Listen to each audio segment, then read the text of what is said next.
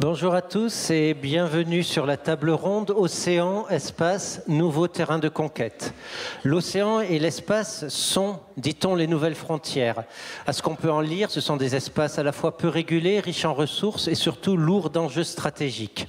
Et pour parler de ces deux Far West contemporains, nous avons aujourd'hui deux experts. Alors, Pascal Hausseur, vous êtes un ancien marin, vice-amiral d'escadre notamment. Vous avez été aussi préfet maritime de la Manche et de la mer du Nord. Et aujourd'hui, vous êtes directeur général de la Fondation méditerranéenne d'études stratégiques.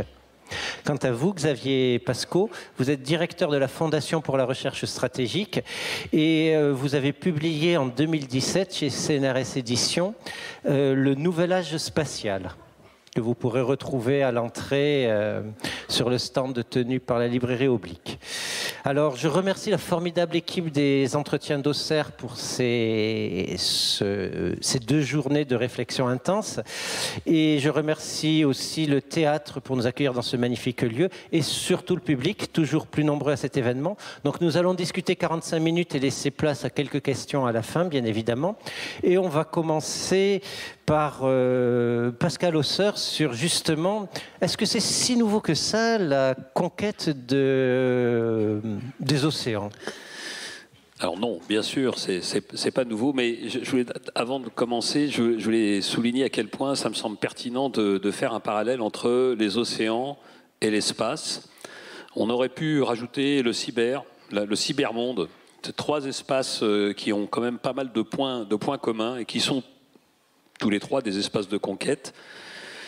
Un des points communs, c'est que c'est des espaces, en tout cas, prenons l'espace exo-atmosphérique et l'océan. D'abord, c'est un environnement hostile pour l'homme. On n'y vit pas. La mer, c'est dangereux. C'est un marin qui vous le dit, mais je pense que vous le savez. C'est un milieu où on n'est pas chez nous. C'est un milieu qu'on n'habite pas, on ne fait qu'y transiter, qu'y passer. Et c'est un milieu technologique, c'est-à-dire que pour y accéder, pour y rester, pour y manœuvrer, pour y travailler, il y a un défi technologique. Alors évidemment, le défi technologique pour la mer n'est pas le même que pour l'espace, en tout cas temporellement. Mais finalement, l'Homo sapiens, très vite, s'est rendu compte que dans l'eau, il y avait des poissons et que c'était comestible. Et donc la première activité humaine dans l'eau, vis-à-vis des mers, c'était la pêche, très, très proche. Voilà. Et puis, jusqu'au moment où on a découvert le principe d'Archimède, c'est-à-dire que sur l'eau, quand on a construit un bateau, en quelque sorte, le poids n'existe plus, puisqu'il est compensé par la poussée d'Archimède. Et donc, vous pouvez transporter des charges importantes 1000 fois plus facilement qu'à terre. À l'époque où il fallait porter ça à dos d'homme ou sur un animal, c'est beaucoup plus compliqué. Et donc, très vite, la mer a été, donc l'aspect pêche est passé un peu au second plan, et la mer a été un moyen de communication, de transport de marchandises, et donc derrière ça, du commerce.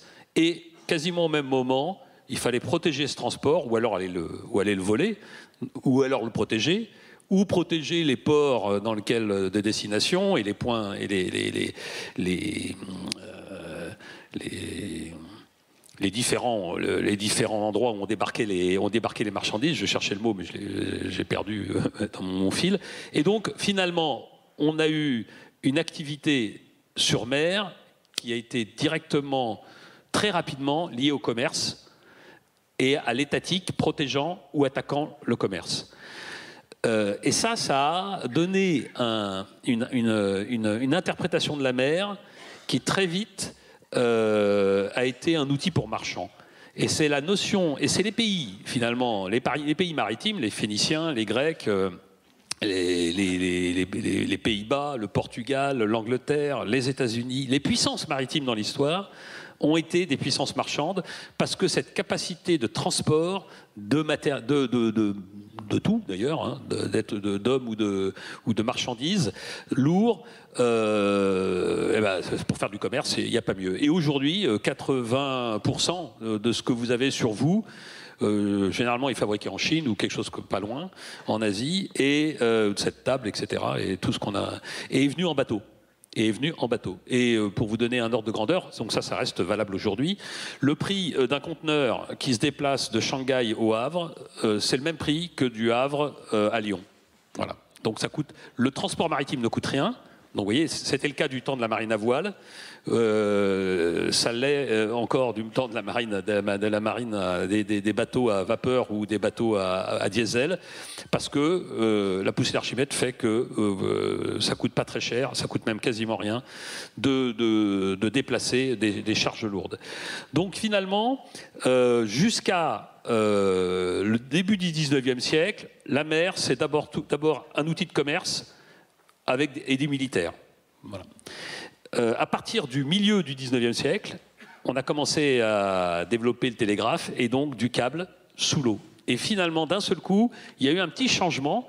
La mer n'était plus simplement un moyen de transport, un moyen de transit, quelque chose qui gérait des flux, et donc de la fluidité, et donc quelque chose, finalement, peu importe à qui elle appartient. D'ailleurs, elle appartenait à personne, dans l'esprit. Hein.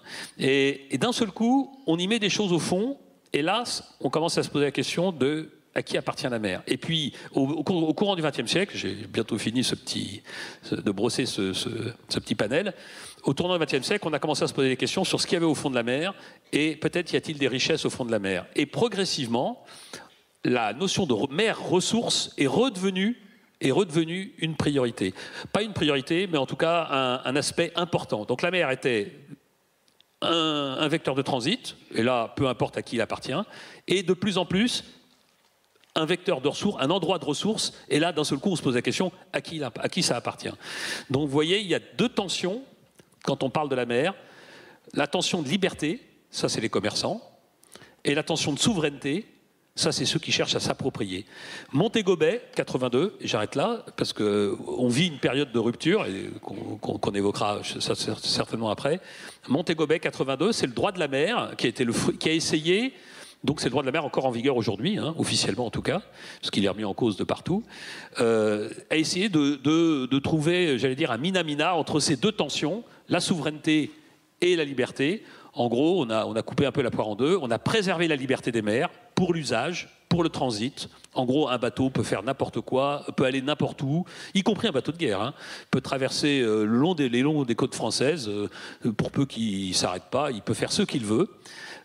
Mais en même temps, on a attribué des portions de mer aux pays riverains pour ce qui est des ressources, pêche, bien sûr, mais également au fond des mers, même si aujourd'hui, on ne sait pas encore très bien comment les exploiter. On y reviendra. Mais on va enchaîner sur l'espace avec Xavier Pascaud. Alors, l'espace est encore plus hostile que la mer puisqu'on ne peut pas y pêcher du poisson, ce qui explique qu'on y soit parti plus tardivement.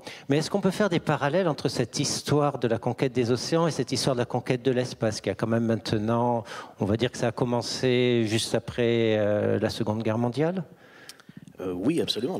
D'abord, merci de m'inviter à ces entretiens. Alors, effectivement... on peut faire des parallèles, il y a aussi des différences. Hein. Mais effectivement, on peut faire des parallèles.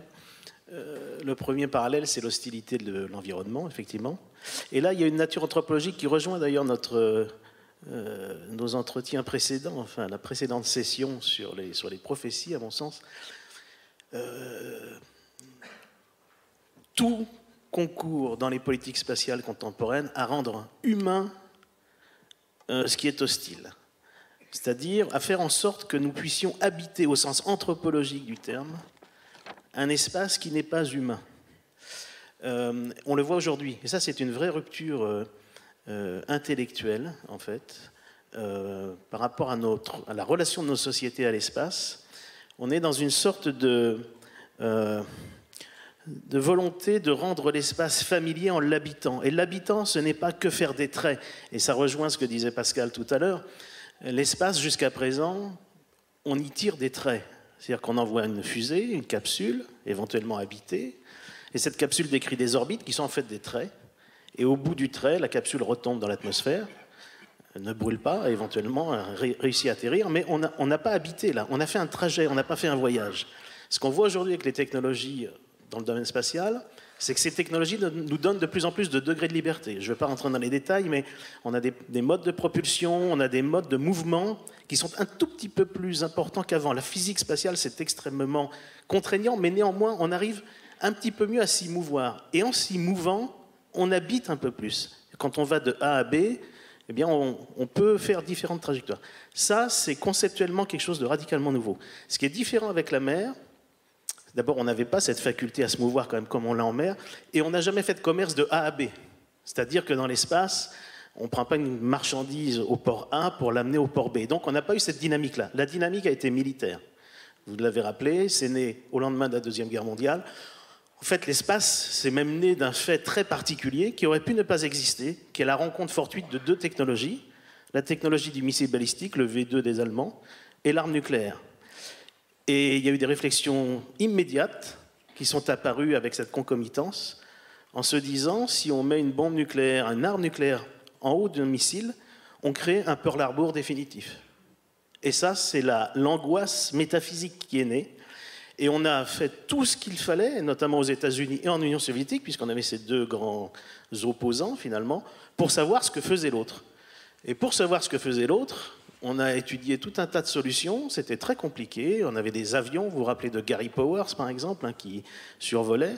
Mais on savait que ces avions, au bout de quelques années, ils seraient descendus, en quelque sorte.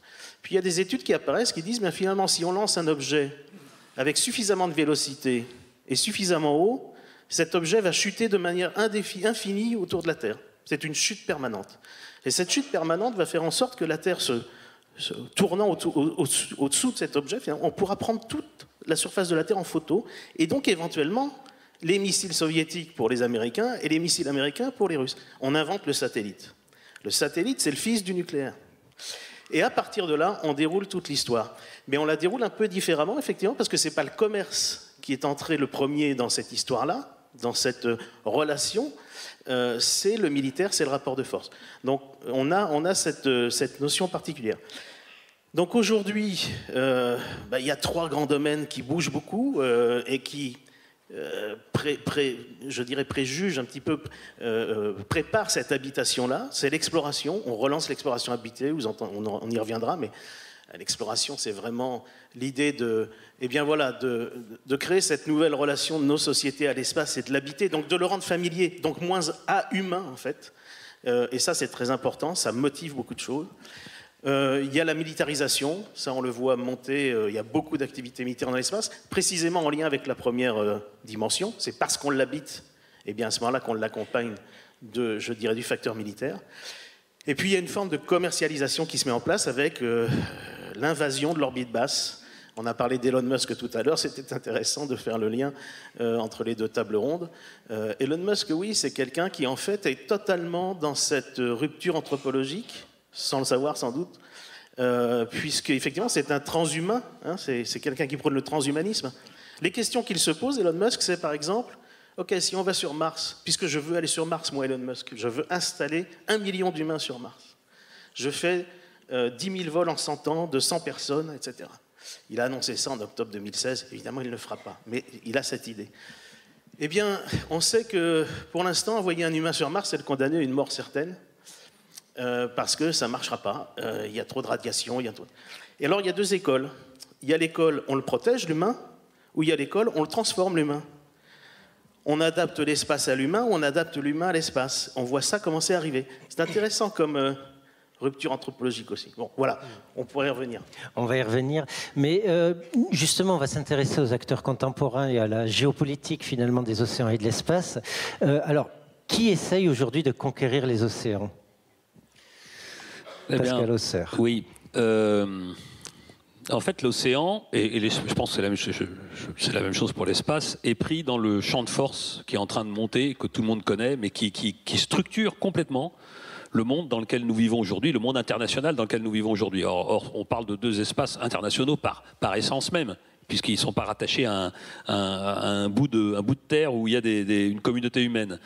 C'est la rupture, c'est le champ de force Est-Ouest. Donc, j'allais dire Europe, États-Unis d'un côté, et puis, pour faire très très court bien sûr, mais Chine, Russie de l'autre, on va dire comme ça. Et un champ de force Nord-Sud, pays riches, pays moins riches. Ça structure complètement les relations internationales aujourd'hui, et de façon de plus en plus tendue. Et ça entraîne un phénomène majeur qu'on vit tous, qui est la désoccidentalisation du monde. Or, l'Occident a fait sa supériorité sur plein de choses, la technologie notamment, mais également le commerce. Et le commerce, comme j'ai dit tout à l'heure, c'est la mer. Donc en fait, ce qui est intéressant, c'est que, pour revenir à la question de la mer, et donc c'est qu'aujourd'hui, les thalassocraties, qui étaient des démocraties, voient, et donc avec une utilisation de la mer fondée sur la liberté d'emploi, voient progressivement non seulement leur poids géopolitique baisser, mais leur relation, enfin la façon dont on entretient une relation avec la mer est en train de devenir minoritaire, en tout cas de plus en plus mise en cause dans le monde. Parce que les pays émergents sont des pays de culture continentale. C'est le cas de la Chine, c'est le cas de la Russie. Ça, c'est pour les gros acteurs. Mais si vous prenez des acteurs un petit peu moins gros, mais néanmoins très qui ont leur poids et qui comptent bien peser et qui émergent ou réémergent, c'est d'autres empires. Hein. C'est la Turquie, c'est l'Iran. Tout pays de culture continentale qui remettent en cause le rapport à la mer, et donc l'utilisation et la façon de l'utiliser, et la priorité et l'équilibre que j'ai évoqué entre liberté, souveraineté, et plutôt vers la souveraineté. Les continentaux, c'est comme des paysans. Un champ, il appartient à quelqu'un. Hein, et il n'appartient pas à personne. Et donc, on met des barrières, et puis si on veut traverser le champ, il faut demander l'autorisation. Et ben, c'est exactement la conception qu'a la Chine, la conception qu'a la Russie, la Turquie, de la mer. Et ça, c'est le premier phénomène. Je montrerai peut-être des cartes tout à l'heure. Il y a un deuxième phénomène, c'est qu'aujourd'hui, on peut, technologiquement, on a un accès aux fonds marins beaucoup plus important. Or, vous savez que l'océan est caractérisé par des abysses, et que pendant très longtemps, de toute façon, on pouvait en parler, mais c'était hors de portée. Or, aujourd'hui, de plus en plus, on sait forer à 3000, 4000 mètres, on sait aller gratter le sol, on sait aller même au-dessous du sol. On a découvert qu'il y a du gaz partout, on a découvert qu'il y a des nodules polymétalliques avec des métaux rares, on sait qu'il y a des molécules, des bactéries, des choses très intéressantes. Et avant, on le savait théoriquement, mais ça n'avait aucun intérêt économique et stratégique. Aujourd'hui, tout le monde se rend compte qu'il y a à la fois de l'argent et une supériorité à gagner. Donc ce mélange de capacité technologique d'aller très profond, et donc qui intéresse la mer non plus comme vecteur de transport, mais comme ressource, et le fait que les puissances montantes sont des puissances qui, culturellement, politiquement, sont des puissances qui ont une logique vers l'appropriation, eh bien, ça change complètement la donne en termes d'utilisation de la mer et de rapport international à la mer. Alors, du coup, j'ai envie de rebondir, Xavier Pascaud. Est-ce qu'on a le même type de ressources dans l'espace? On entend par exemple l'idée qu'on pourrait aller transformer les astéroïdes en mines. C'est de la science-fiction? Alors, c'est de la science-fiction, je vous le confirme. Mais surtout, non, c'est le signe de ce que je disais tout à l'heure. Comment rendre familier ce qui fait peur? Et pour rendre familier ce qui fait peur, il faut l'associer à des valeurs qui sont les nôtres. Des valeurs, en tout cas, des activités qui nous sont familières. Donc des activités économiques, donc des rapports de force, malheureusement, donc du culturel. Et donc on a autour, on le voit bien avec le programme lunaire aujourd'hui, le programme lunaire aux États-Unis, qui est le premier programme de retour sur la Lune. Vous savez qu'aujourd'hui, il y a un programme où on prévoit de revenir sur la Lune, et cette fois pour y rester, avait dit le président Bush, un petit peu avec une formule malheureuse, alors pas pour y rester, enfin on espère, pour y rester longtemps, on va dire, mais il y avait cette idée que en fait, tout ça correspondait à des intérêts extrêmement conjoncturels et très corporatistes. Et évidemment, il faut écrire une histoire autour de ça. Et écrire une histoire autour de ça, c'est rendre ça familier. Et donc, c'est ce qu'il voit. Et donc, dans cette équation, comment rendre familier, on a l'exploitation des ressources extraterrestres. Alors, l'exploitation des ressources extraterrestres, c'est par exemple aller effectivement sur un astéroïde, récupérer des métaux précieux. Il y a le fantasme de l'astéroïde de diamant. Alors ça, c'est évident, c'est le jackpot. Si vous l'avez, vous le gardez pour vous. Il y a des choses comme ça. Alors, il y a un tout petit problème quand même. Parce que l'espace, alors il y a encore moins de textes internationaux pour l'espace que pour la mer. Il y en a 5 en fait. Et il y en a un qui est majeur, qui est le traité de 67, sur les utilisations de l'espace pacifique, de l'espace extra-atmosphérique. Et il y a un principe cardinal, c'est le principe de non-appropriation. L'espace est un bien commun. Alors évidemment, si vous allez exploiter un astéroïde de diamant, la non-appropriation, ça se pose un petit problème. Alors on vous explique qu'il y a eu tout un tas de discussions internationales. J'ai envie de dire, mais non, c'est comme la pêche. Je rejoins ton domaine. C'est comme la pêche dans l'océan. On pêche les poissons, mais on ne s'approprie pas l'océan. Oui, sauf que les poissons, c'est un stock renouvelable. L'astéroïde de diamant, il y en a peut-être beaucoup, mais celui qu'on prend, il ne sera pas renouvelé. Donc tout ça, ça pèse, ça a pesé beaucoup ces dernières années sur les relations internationales, sur les discussions. Et ce qu'on voit arriver, c'est un peu ce qu'on pouvait attendre. C'est que le droit est en train de se conformer à l'économique, en devenant, on commence à évoquer la possibilité d'interpréter différemment le traité, voire d'en créer un nouveau, etc. Donc aujourd'hui, les grands acteurs, c'est les États-Unis et la Chine, de très très loin. On est, en gros, vous ajoutez les deux, vous avez 90% de l'activité spatiale dans le monde, même s'il y a 100 pays qui ont au moins un satellite en orbite. Et eh bien, on a toutes ces activités qui sont en train de se dérouler dans les 3 domaines que j'ai cités. Alors, on a parlé d'Elon Musk. C'est lui qui met en orbite la plupart des infrastructures et des États-Unis. Quel est le rôle du privé dans cet essor, en tout cas vis-à-vis des États-Unis? Et est-ce que ceci change justement la vision, comment dirais-je, étatique de l'espace? Alors oui et non. Je pense qu'il faut se garder de parler d'une privatisation de l'espace, comme on l'entend souvent. En fait, ce qui se passe aux États-Unis, alors précisément pour répondre à votre question, c'est la mise en place de nouvelles relations, de nouvelles modalités de relations entre le pouvoir public et le pouvoir privé. Et en fait, on est dans une espèce de jeu à somme positive. Chacun y trouve son compte. Mais l'espace, ça reste essentiellement quelque chose de gouvernemental. L'essentiel de l'argent qui circule dans l'espace, y compris pour Musk, c'est de l'argent public. Vous voulez dire que c'est la NASA qui finance Musk pour les lancements? La NASA, le Pentagone. De toute façon, l'argent qui irrigue l'espace, c'est essentiellement de l'argent public. Alors, ce qui se passe et qui est nouveau, c'est que des investisseurs privés mettent au pot à mesure que les gouvernements et que le gouvernement américain met lui-même au pot. Et donc il y a une espèce comme ça de course en avant un peu au financement, à la bulle, disent d'aucuns, quelques observateurs. Effectivement, on a ça. Mais on n'a pas une privatisation. Musk tout seul aujourd'hui ne sait pas soutenir ses entreprises, ne sait pas soutenir SpaceX, ne sait pas soutenir Starlink, vous savez, cette société qui met des satellites en orbite et dont les astronomes ont peur aujourd'hui, compte tenu de la pollution lumineuse que ça engendre. Si tout ça se met en place, c'est parce qu'effectivement, il y a, je dirais, une osmose qui s'est créée. Le gouvernement américain, voyant dans ces nouveaux acteurs privés, que ce soit Musk, que ce soit Jeff Bezos, Jeff Bezos, le patron d'Amazon, c'est l'autre grand milliardaire qui investit dans l'espace, eh bien, il les voit finalement comme des moyens d'externaliser des fonctions qui étaient des fonctions étatiques, mais qu'ils contrôlent encore à travers eux en étant leur principal client et en espérant faire en sorte que le budget qu'il va mettre va être un budget plus efficace en termes de rendement que le budget qui était mis dans d'autres programmes gouvernementaux. Donc, je dis méfiance sur cet aspect de privatisation. Alors, Pascal Ausseur, vous vouliez rebondir. J'avais une question justement sur la privatisation des fonds marins, si c'est envisageable. Oui, mais au-delà de ça, moi, par ailleurs, je fais de la géopolitique dans mon institut. Et ce qui marque actuellement, c'est quand même le retour de l'État. On a passé 40 ans de dérégulation, de libéralisme, etc. Et on disait dans toutes les écoles de guerre que finalement la guerre interétatique était en train de disparaître et qu'en fait c'était les ONG, les entreprises étaient beaucoup plus puissantes que les États, etc. Moi, ce que j'observe aujourd'hui partout dans le monde, que ce soit pour des petits pays ou des très grosses puissances, c'est la reprise par les États de tous les leviers de l'action et de la puissance, y compris les leviers technologiques. Ça n'empêche pas des hommes d'affaires de faire du business et de gagner beaucoup d'argent, mais aujourd'hui, les grandes entreprises, y compris dans le domaine maritime, où là, pour le coup, très souvent, on était dans le supranational, puisqu'on traverse au niveau global, eh bien, on voit bien, tout doucement, les États reprendre le levier et le contrôle sur les grands industriels technologiques ou purement commerciaux.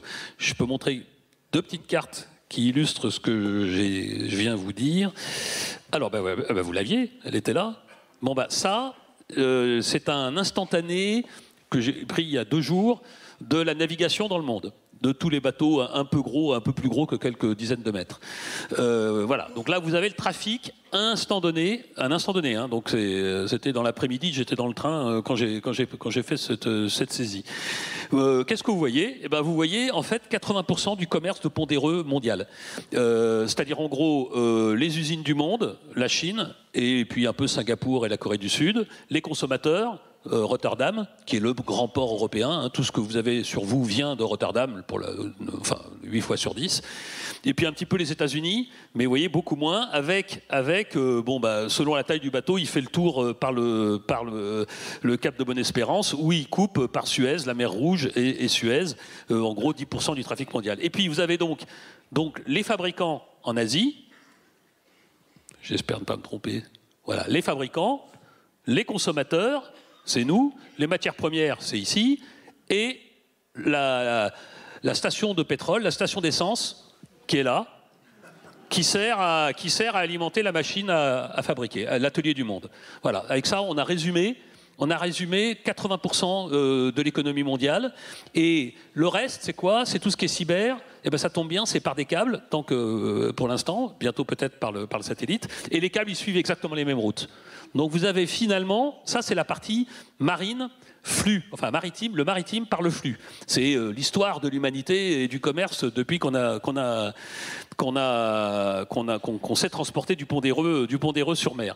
J'ai fait un gros cercle là parce que c'est une zone de frottement entre ce bloc-là et ce bloc-là.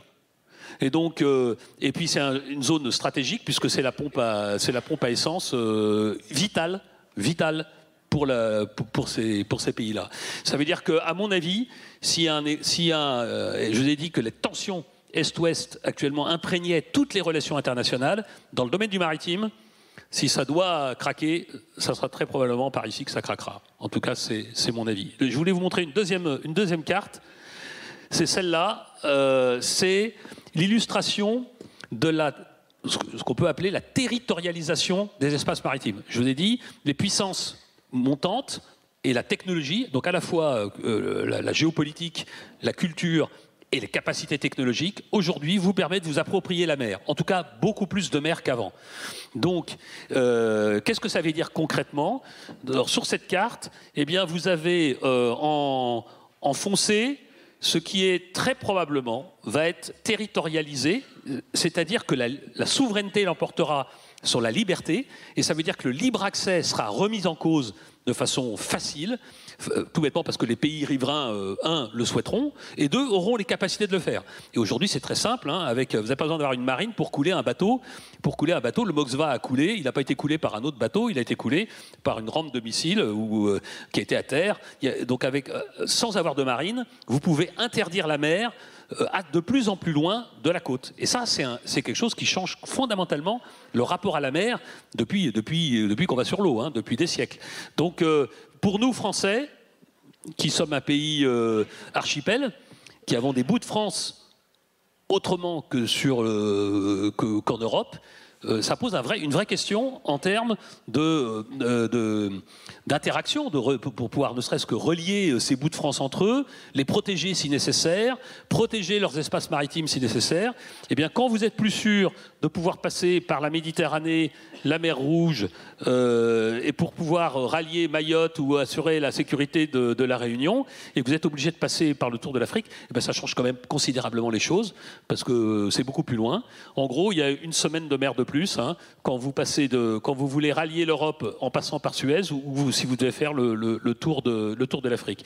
Donc ça, pour un pays comme, pour tout le monde, ça pose une vraie question, mais pour un pays comme la France, pays archipel, pays maritime, qui est de culture paysanne, hein, on n'est pas un pays de marins, hein, en France, c'est un marin qui vous le dit, mais donc nous, l'appropriation de la mer, finalement, ça parle assez bien aux Français, généralement ils comprennent bien ça.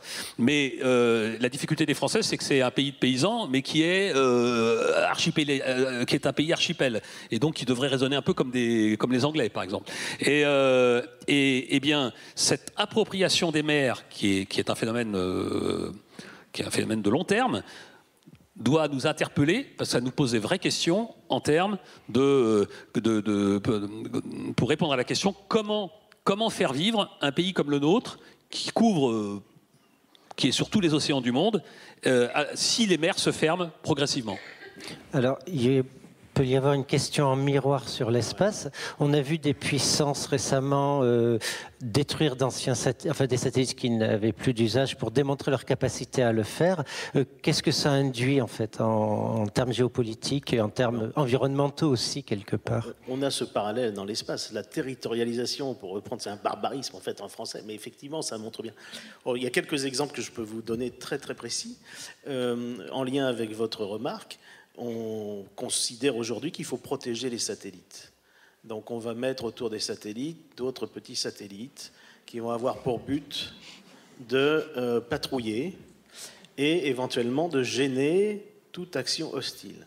Les astronomes vont être contents. Les astronomes vont être contents. Ah mais, alors les astronomes, ça va être une vraie question. On va avoir peut-être 100 000 satellites d'ici 10 ans autour de la Terre, etc.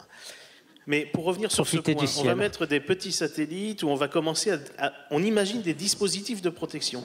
Qu'est-ce que ça veut dire en creux quand vous faites ça? Vous créez une petite frontière, un petit territoire. Normalement, dans le droit spatial, ça n'existe pas. On ne s'approprie pas, il n'y a pas de territoire dans l'espace. Deuxième exemple, on va retourner sur la Lune, on va le faire de manière coopérative, dans le cadre de 2 grands programmes un peu leaders. Le grand programme qui nous concerne, a priori, c'est le programme américain qui s'appelle Artemis. Il y a une trentaine de pays qui ont signé, etc., dont la France, etc. On est en train d'imaginer un règlement intérieur sur la Lune, avec l'idée que chacun va s'installer. Alors, il y a très peu d'endroits où on peut s'installer sur la Lune, parce qu'on veut à la fois des ressources et surtout on veut de la lumière. Et pour avoir de la lumière, il faut être près du pôle sud. La Lune, ça reste hostile, hein, je rappelle, c'est très hostile. Donc, il faut se mettre dans des conditions qui en fait ne donne pas beaucoup de choix. Il y a à peu près une quinzaine d'endroits où on peut s'installer. Ok, on s'y installe. Les pays s'y installent. Alors il y a plusieurs formules. Vous pouvez le faire façon station scientifique internationale, où là vous avez tout un tas de gens de différents pays qui viennent, ou vous pouvez le faire de façon un peu antarctique, la station italienne, la station française, la station chinoise, etc. On semble qu'on se dirige un peu vers ça. Les règlements intérieurs qu'on est en train d'imaginer autour de ça, c'est de dire, eh bien, il faudra créer des safety zones en anglais, en américain, je devrais dire, puisque c'est eux qui sont à l'origine de cette réflexion. En gros, ça veut dire quoi? Ça ne vous appartient pas, mais c'est l'espace où vous menez vos expérimentations, voire où vous conduisez vos exploitations. Et donc, ce qu'on commence, c'est déjà noir sur blanc, c'est des accords qui sont signés. On commence à dire, eh bien, si on doit entrer dans cette zone, on a le droit, mais il faut pré-notifier sa visite. C'est-à-dire qu'il ne faut pas gêner l'activité du pays qui conduira telle ou telle activité. Il faut les prévenir. À nouveau, ces safety zones, c'est quoi? C'est des petits territoires avec des petites frontières. Donc en fait, in fine, de manière rampante, on territorialise. Mais ça ne devrait pas nous surprendre. J'ai parlé tout à l'heure de l'habitat. On change de mode d'habitat. Donc la relation de nos sociétés à l'espace est en train de changer parce qu'on va l'habiter au sens anthropologique du terme. Et donc en habitant l'espace, on transfère. Il y a un ancien directeur de l'Agence spatiale européenne qui disait récemment, en fait, qu'est-ce qu'on est en train de faire dans l'espace? On augmente le diamètre du globe. C'est-à-dire que ce qu'on fait sur la surface du globe, on va le faire dans l'espace. On va emmener le pour, le contre, la coopération, les tensions, les rapports de force, etc. Et c'est malheureusement, je dirais, ce qu'on voit arriver. Alors, le pire n'est pas certain, mais on est en train effectivement d'avoir il y a des discussions là-dessus, aujourd'hui, très vives, aux Nations Unies. Il y a des spécialistes qui discutent de ça, à la fois les côtés civils et le pendant militaire. Donc ça, c'est quelque chose, effectivement, qui rappelle un peu ce qui vient d'être dit, quoi. Et je vais rebondir, on importe aussi une autre de nos habitudes dans l'espace, visiblement, c'est celle de produire des déchets, puisqu'on commence à se préoccuper des conséquences sur l'orbite par rapport à d'anciens satellites. Vous pouvez nous faire un panorama de ce qui se passe là-haut? Faire un panorama. Sans trop nous terrifier. Alors, je vais essayer, mais ça ne va pas être simple de ne pas vous terrifier. Alors, effectivement...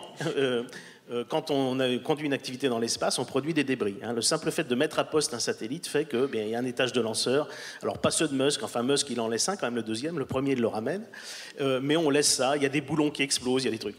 Ce qu'il faut que vous sachiez, c'est que dans l'espace, les énergies sont telles qu'un bout de stylo-bille, la petite pointe de ce stylo-bille, peut tuer un satellite si elle le rencontre. Elle passe à travers. Et donc aujourd'hui, ce qu'on sait faire, alors on a produit énormément de débris. On en catalogue à peu près 35 000. 35 000 sur les orbites basses, c'est-à-dire les orbites qui sont comprises entre, on va dire, 450 et 1000 km. Mais les 35 000 qu'on voit, d'abord, nous, on ne les voit pas. C'est plutôt les Américains qui les voient parce qu'ils ont ce qu'il faut. Nous, on en voit aussi, mais un peu moins. Ces 35 000-là, à la limite, on les voit. Ils font tous plus de 10 cm. Les objets qui font plus de 10 cm, puisque vous les voyez, vous pouvez prévoir une manœuvre d'évasion, d'évitement. C'est ce qui se passe tout le temps. La station spatiale est tout le temps, aujourd'hui, manœuvrée à la suite de l'essai anti-satellite chinois. Ça a produit beaucoup de débris et la station spatiale traverse régulièrement ces débris. Donc, on calcule les probabilités de collision et en fonction de ces probabilités, on fait varier la station. Donc, je dirais, ça va. Le problème, c'est les débris d'en dessous de 10 cm. Ceux d'en dessous d'un centimètre, on peut éventuellement blinder des satellites. C'est pas simple. Et ce sera compliqué. Mais on peut. Par contre, entre 1 et 10 cm, on ne les voit pas et on ne peut pas se blinder. Et donc là, c'est comme si on était aux commandes d'un porte-avions ou d'un porte-conteneur géant, qu'on arrivait en Suède, par exemple, au milieu de toute cet archipel, sans carte marine. C'est la même chose. Sauf que ça va beaucoup plus vite et c'est beaucoup plus destructeur. Ça, on le voit arriver. C'est un vrai sujet. Elon Musk est en train de tirer tous les 3,8 jours 60 satellites dans l'espace. Il utilise énormément l'intelligence artificielle pour que ces satellites apprennent à contrôler les débris. Donc on est dans une course technologique avec effectivement cette empreinte malheureuse qu'on est en train de laisser. Pascal Hausseur. Oui, je voudrais rebondir sur ce qu'a dit Xavier en termes, quand il a dit on voit rien. Nous, les Américains voient, mais nous, on ne sait pas cartographier l'espace. Et ça me fait penser à un autre point commun entre nos deux milieux, c'est le fait que c'est des milieux gigantesques qui sont encore lacunaires. C'est-à-dire, on en connaît des petits bouts, mais il y a plein de trous. Et donc, ça favorise des comportements de voyous. Si vous voulez faire un mauvais coup, c'est assez simple en mer. Et c'est probablement assez simple dans l'espace aussi. On peut s'y cacher, on peut y agir sans être vu. Alors bien sûr, il y a déjà sous le dioptre, déjà un sous-marin, ça se voit pas ou très très mal. Et on peut faire des actions en toute impunité. Et même si on n'est pas un très gros pays, hein, même c'est pas besoin d'être la Chine ou la Russie pour pouvoir faire ça. Un pays peut agir, un pays riverain peut agir près de ses côtes de façon très discrète. Il n'y a pas de témoins, il n'y a rien du tout. Et ça pose un problème en termes de droit international, surtout dans un monde qui se tend considérablement et dans lequel la conflictualité revient chaque jour un peu plus fort. Donc quand vous êtes dans un monde où tout le monde vous regarde de travers, tout le monde se regarde de travers et qui peut vous donner un mauvais coup sans que vous vous en rendiez compte et sans même qu'on puisse savoir qui vraiment a donné le mauvais coup, eh bien, ça pose un vrai problème en termes de gestion en collectif, de droit de la mer, et on est très loin de ce qu'on avait imaginé dans les années 80, avec un patrimoine commun de l'humanité, avec une gestion partagée, avec le sens de l'intérêt commun avant tout. On n'est plus du tout dans ce paradigme-là, ce qui pose de vrais problèmes, parce que comme par hasard, tout ça arrive en confrontation avec une planète qui rétrécit virtuellement, 8 milliards d'êtres humains, un réchauffement climatique, des enjeux globaux qu'on partage de plus en plus. Mais c'est à ce moment-là, c'est au même moment qu'on a une fracturation du monde, une fracturation antagoniste qui est de plus en plus forte. Alors justement, l'océan est le théâtre de ces opérations, de même que l'espace, mais les conséquences environnementales sur l'océan semblent abyssales, puisqu'on a déjà affaire à un espace qui s'acidifie, qui se réchauffe, avec les conséquences que l'on sait en termes de puissance des cyclones et autres événements climatiques extrêmes. Quelles sont les conséquences environnementales de cette course à la puissance, en fait ? Alors, la toute première, c'est la biodiversité, c'est la surpêche. C'est qu'aujourd'hui, 8 milliards d'êtres humains qui se nourrissent de plus en plus et avec des ambitions d'ailleurs de plus en plus fortes. Et la pêche, c'est un moyen évidemment de nourrir. Et là, les Chinois sont sur toutes les mers du globe, dans des eaux, alors quelquefois qui sont des eaux en dehors de toute juridiction. Donc ça, ils ont le droit de la mer l'autorise. Ça, c'est le principe de liberté. Mais très souvent, ils vont pêcher dans les zones économiques exclusives. C'est-à-dire le petit bout de mer qu'on a attribué aux pays riverains, qui va à peu près à un peu moins de 200 km au large des côtes, ce qui est déjà pas mal. Et là, les bateaux chinois, ils y vont en toute impunité. Et quand c'est pas des Chinois, c'est des Vietnamiens qui travaillent pour des Chinois, etc. Et on a énormément de mal. Alors on arrive à réguler dans des petits espaces j'allais dire entre amis, dans les eaux européennes, en Méditerranée. On arrive le thon rouge en Méditerranée est reproduit parce qu'on a une régulation, on a mis des règles et on arrive à peu près à faire respecter les règles. Mais on se rend compte que c'est extrêmement fragile pour tout ce qu'on vient de dire sur la fracturation du monde, sur la désoccidentalisation qui va derrière, comme le droit de la mer était un droit occidental puisque les thalassocraties étaient occidentales.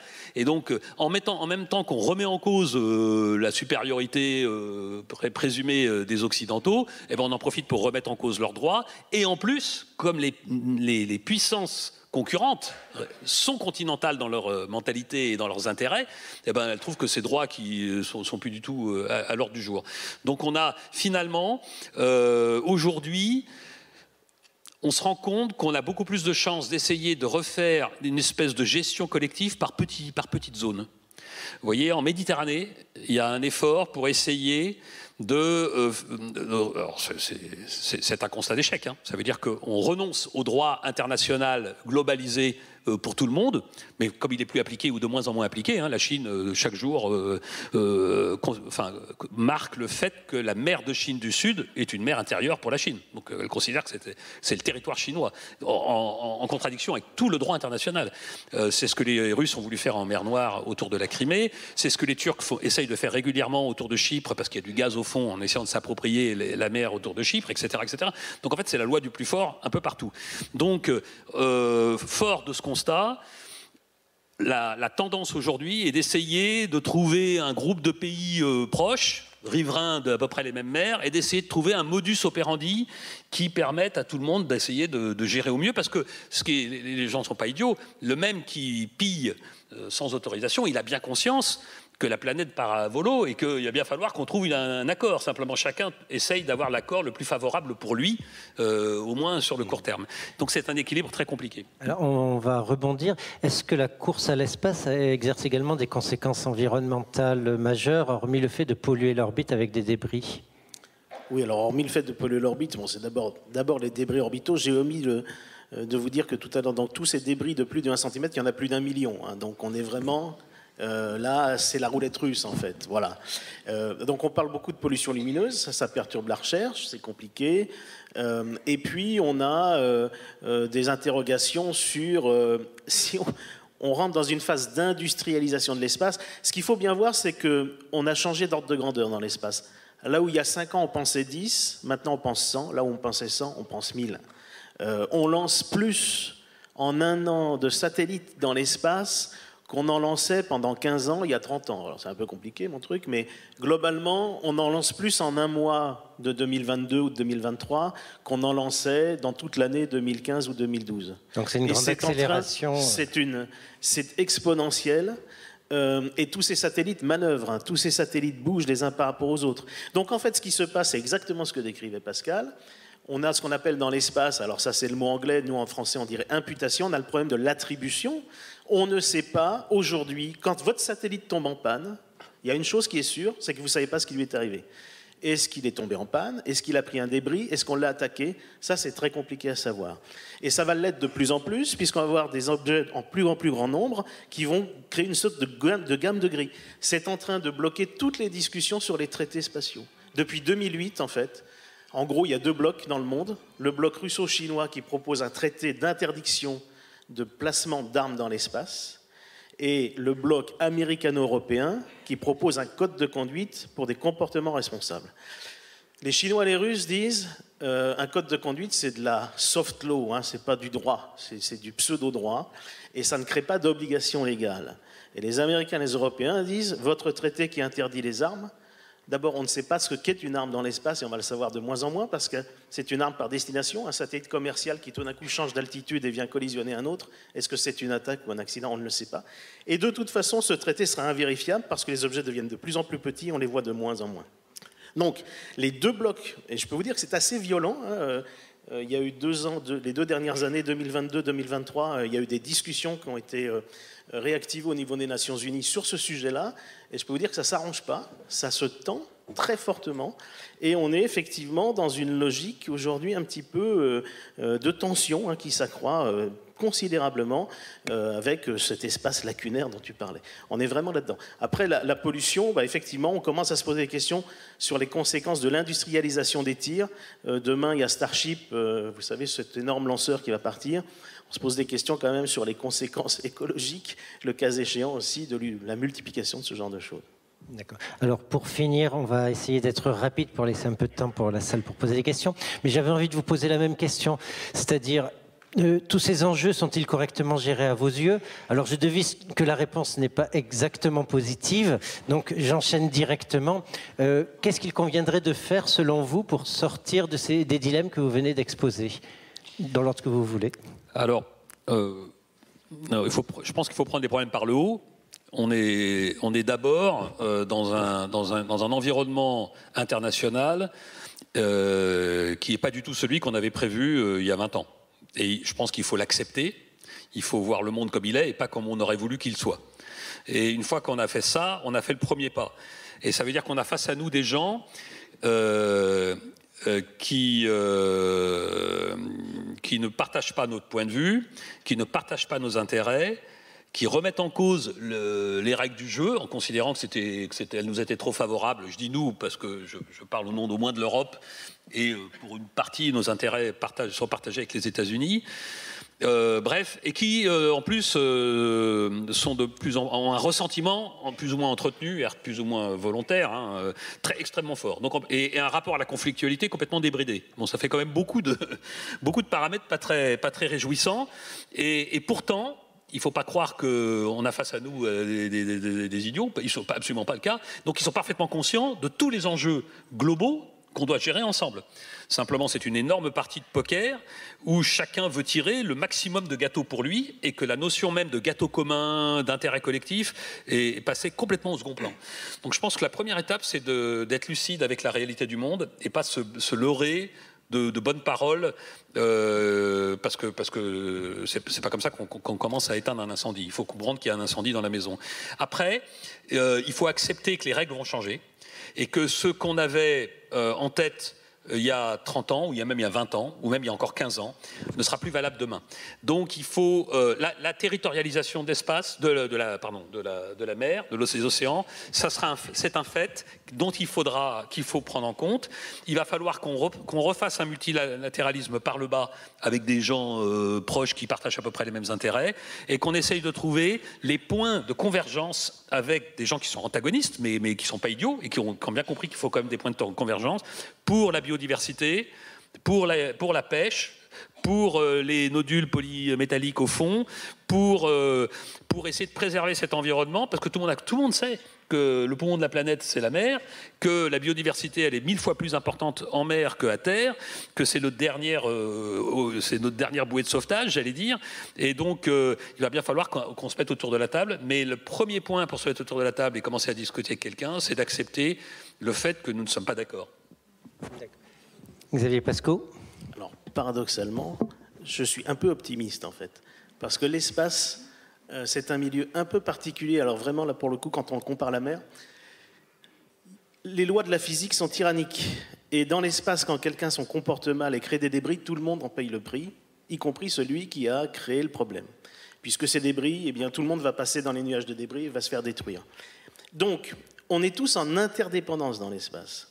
Et c'est la raison pour laquelle, jusqu'à aujourd'hui, en fait, on a réussi à réguler, sans texte réellement efficace, une coexistence qui, finalement, ne se déroule pas si mal que ça. Alors, il y a des problèmes à venir, mais cette notion d'interdépendance, en fait, elle imprègne toutes les politiques nationales. C'est le seul domaine où, quand vous voulez assurer votre sécurité nationale, vous devez compter sur les autres. C'est le seul. Vous n'avez pas besoin d'avoir des satellites peints en vert pour militaires. Vous en avez besoin, mais ce n'est pas ça qui va assurer votre sécurité. Votre sécurité nationale va être assurée par le niveau de transparence qui existe entre les acteurs. Donc on est tous contraints à la transparence, c'est ce qui est en train de se passer. En fait, on imagine, et en particulier la France a une réflexion là-dessus, on imagine jusqu'à quel niveau d'échange d'informations il faut aller pour que de manière responsable collectivement, on soit à la fois capable de protéger ses atouts nationaux sans compromettre je dirais, l'écologie du milieu, qui de toute façon serait un jeu à somme complètement nulle pour tous les intérêts de sécurité nationale de tous les pays. Donc on est quand même, que ce soit d'ailleurs la Chine ou les États-Unis, on sera obligé de se parler. Ça, c'est la bonne nouvelle de la physique, de la mécanique spatiale. Une table ronde qui se termine sur une bonne nouvelle. Voici quelque chose d'exceptionnel avec une thématique pareille. Du coup, y a-t-il des questions du public? Madame au fond et monsieur au début. Et peut-être en haut? Non. Est-ce qu'il y a des micros?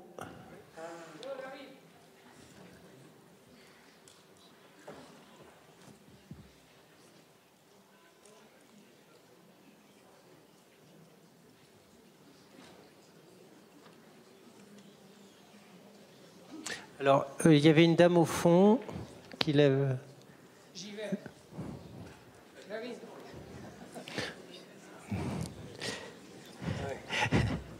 Sinon, il y a un monsieur là. Oui, sinon, il y a un monsieur également à l'avant. Et à l'étage, il y a aussi des gens. Alors, si l'étage est prêt, allez-y. Merci, monsieur. Des bateaux privés pour obtenir des informations scientifiques. Le comité d'éthique du CNRS vient de prendre une position en déconseillant d'utiliser un certain nombre de ces entreprises pour y installer des appareils de mesure et récupérer de l'information. Qu'en pensez-vous?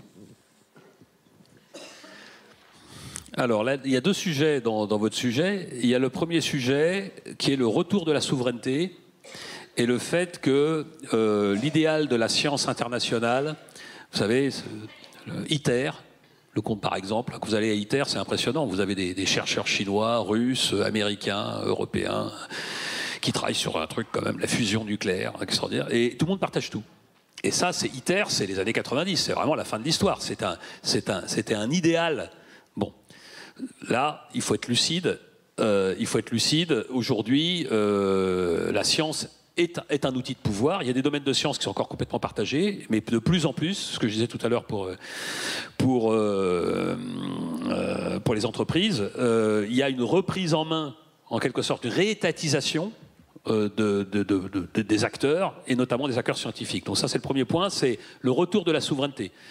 Et je pense qu'il ne faut pas, nous, Français, nous Européens, qui sommes un peu qui ont beaucoup de mal avec ce tournant de l'histoire qui n'est pas du tout celui qu'on avait poussé. Hein. Donc on est pris complètement à contre-pied. Hein. Et donc on est probablement ceux qui avons le plus de mal à accepter le monde tel qu'il est aujourd'hui, avec sa brutalité et son égoïsme. Donc nous, Européens, on a un peu de mal avec la renationalisation en quelque sorte de la recherche. Après, il y a un deuxième volet, qui est le volet des fonds marins. Avec le dilemme, il y a là des potentialités économiques, scientifiques majeures, et il y a une biodiversité, un environnement encore préservé, qui est un des rares encore environnements de la planète qui est encore indemne, et tout le monde se dit, pourvu qu'on ne fasse pas de bêtises avec ça. Donc là, il y a un équilibre à trouver, et comme je l'ai dit, le problème, c'est que la mer, donc il y a un problème d'équilibre individuel. Je veux dire que les Français qui décident ou pas d'aller explorer les fonds marins. Le problème, c'est que si on trouve un truc super, on aura beaucoup plus de mal à résister à l'idée d'aller exploiter les fonds marins, si on sait qu'il y a des choses absolument passionnantes et absolument géniales. Donc il y a ce débat interne. C'est le type gaz de schiste. Hein. On s'est interdit de chercher le gaz de schiste en France, comme ça on est sûr qu'on n'aura pas d'état d'âme le jour si on en avait trouvé. Mais le problème, c'est que la mer, c'est pas comme Auxerre. Si vous n'y allez pas, il peut y avoir une chance que ce soit les Chinois qui y aillent. À leur façon, en plus. Donc, vous voyez. Et donc là, ça rend l'équation encore plus compliquée. Donc, qu'est-ce que j'en pense? J'en pense qu'il faut, en parler. Deux, ne pas être naïf. Et je pense que c'est pas il faut remettre de la réflexion là-dedans et du rationnel. C'est pas parce qu'on met un problème sur la table qu'on fait advenir le problème. Donc oui, moi je suis plutôt pour de l'exploration scientifique dans les fonds marins. Je pense qu'il faut avoir une connaissance des enjeux positifs. Qu'est-ce que ça peut apporter? Il y a des molécules qui peuvent être les médicaments de demain, mais enjeux environnementaux, si on fait n'importe quoi, on va bousiller la dernière espace de la planète qui est encore en état peut-être de nous apporter de quoi survivre dans les siècles qui viennent. Donc il il faut faire les choses intelligemment, mais le fait de s'interdire de penser, et donc pour être sûr de ne pas agir, moi ça me semble, j'ai un peu de mal avec le concept purement intellectuel, et deux, on n'est pas seul au monde, et on a d'autres acteurs qui, eux, se gêneront pas pour agir et à leur façon. On va essayer de prendre 2 autres questions. Non. Madame ? Bonjour. Vous avez en partie répondu à ma question, mais je vais quand même la poser, même si je suis en dehors de la plaque. Pourquoi la France a-t-elle voulu rester à Mayotte? Quel intérêt stratégique ou économique y avait-il exactement là-bas? En dehors de l'intérêt humain. Hein. Voilà. Alors, je vais élargir votre question sur quasiment tout l'outre-mer français. Pourquoi la France est-elle, je dis bien est-elle et non pas a-t-elle? Il ne s'agit pas de possession. C'est une question de fond, hein, de citoyen, hein, c'est une question politique. Hein. Est-ce que la France est un pays archipel, oui ou non? Ou est-ce que ces bouts de France outre-mer ne sont que des reliquats d'un empire colonial perdu? Voilà, c'est la vraie question, elle est là. Alors, soit vous répondez que c'est le reliquat d'un empire colonial perdu, ce qui, soit dit en passant, c'est l'avis de la plupart de la planète, sauf peut-être les gens concernés, français et français d'outre-mer. Et dans ces cas-là, il faut les donner, il faut s'en débarrasser. Enfin, le mot est vraiment pas le bon, mais il faut couper tout et dire, ben voilà, la France est un pays continental, européen, et tout ça est dû dépasser, et ça n'a aucun sens. Soit on considère que, au contraire, ce fruit de l'histoire place la France dans une situation absolument exceptionnelle d'être un pays du Sud, un pays non hexagonal, qui dépasse largement l'Europe, qui a une compréhension du monde, qui a une présence au monde, qui a un rapport au monde, et notamment au Sud, complètement différent des autres pays européens, mais c'est une spécificité, une singularité exceptionnelle française. Il se trouve que c'est pas idiot au moment où la bascule du barycentre géopolitique se fait vers le Sud. En plus, ça serait pas nécessairement contre l'intérêt de la France européenne, j'allais dire, de la partie européenne de la France, et puis il y a ces espaces maritimes, etc., qui potentiellement peuvent en plus donner un levier phénoménal. Donc la vraie question, c'est une question purement politique, qu'il faut prendre comme c'est.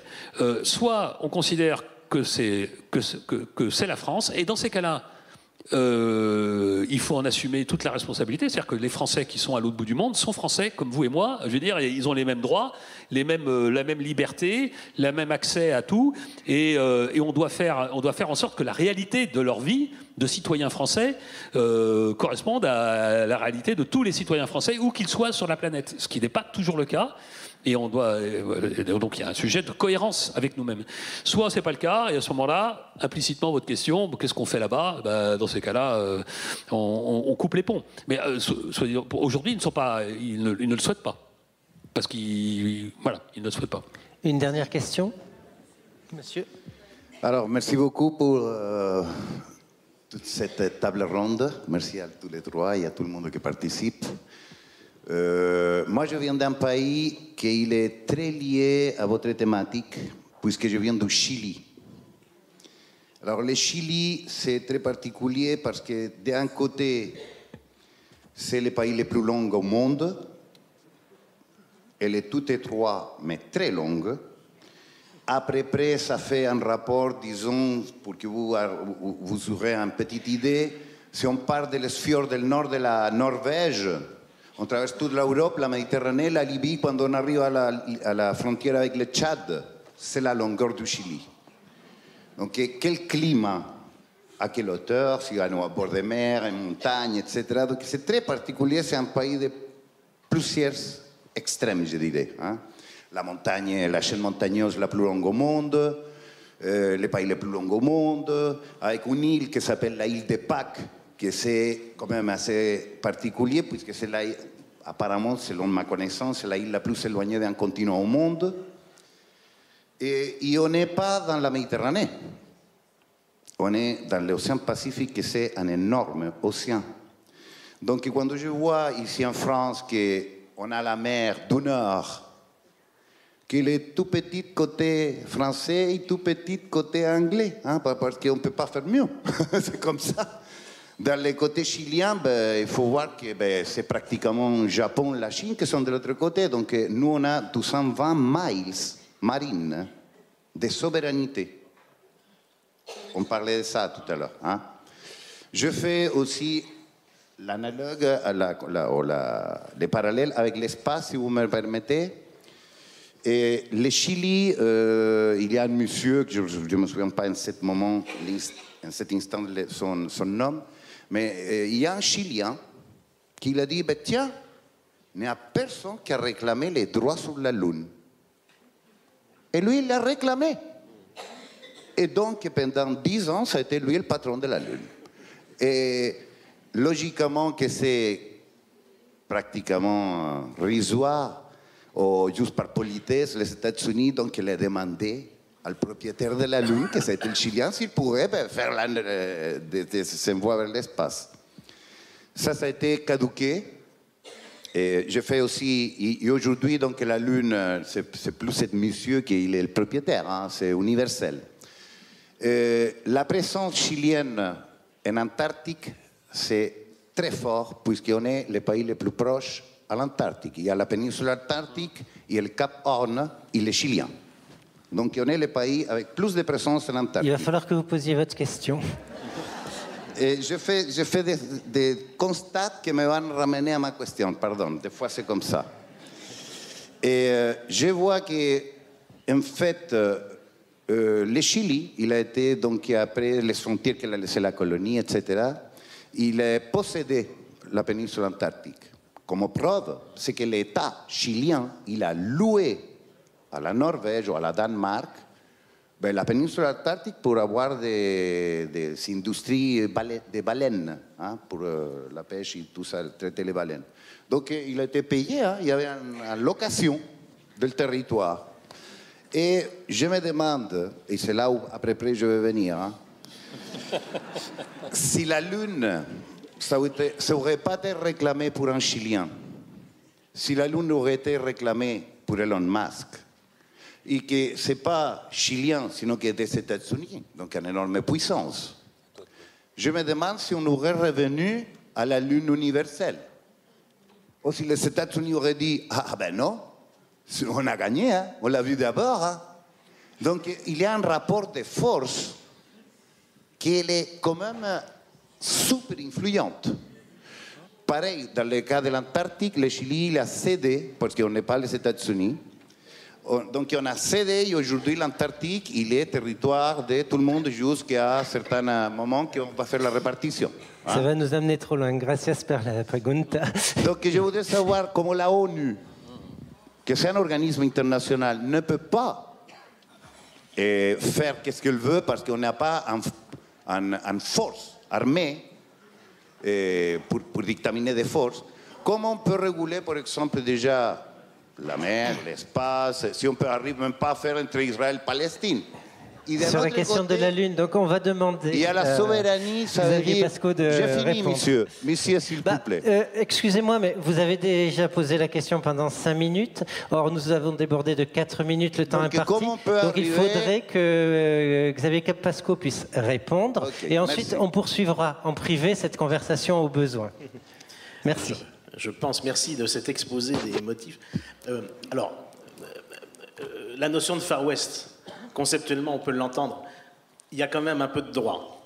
Aujourd'hui, même Elon Musk, tout Américain, ex-Sud-Africain qu'il soit, ne pourrait pas revendiquer.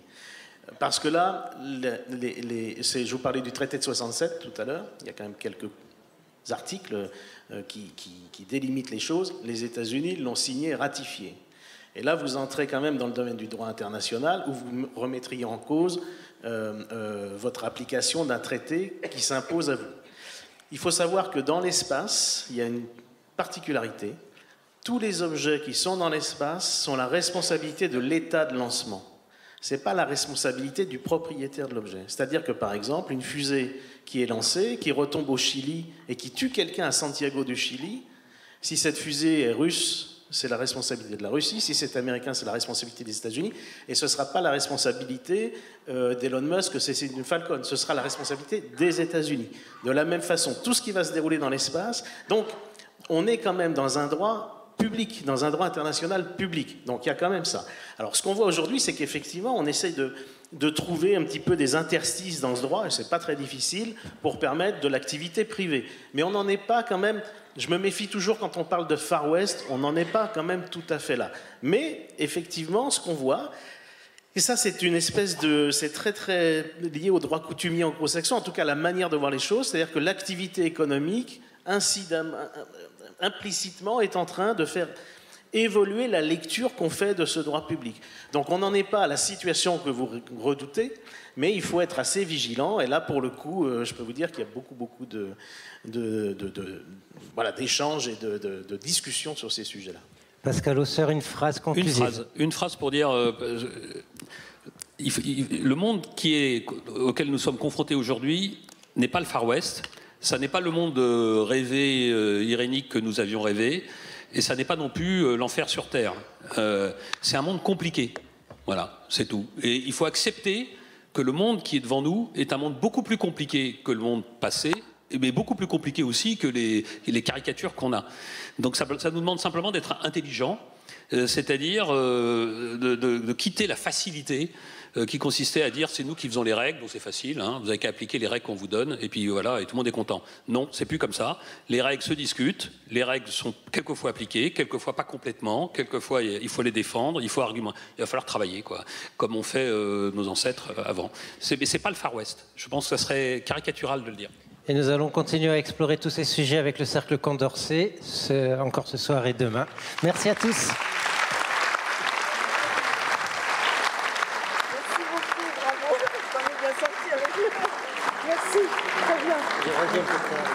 Non, ça va, c'est très bien.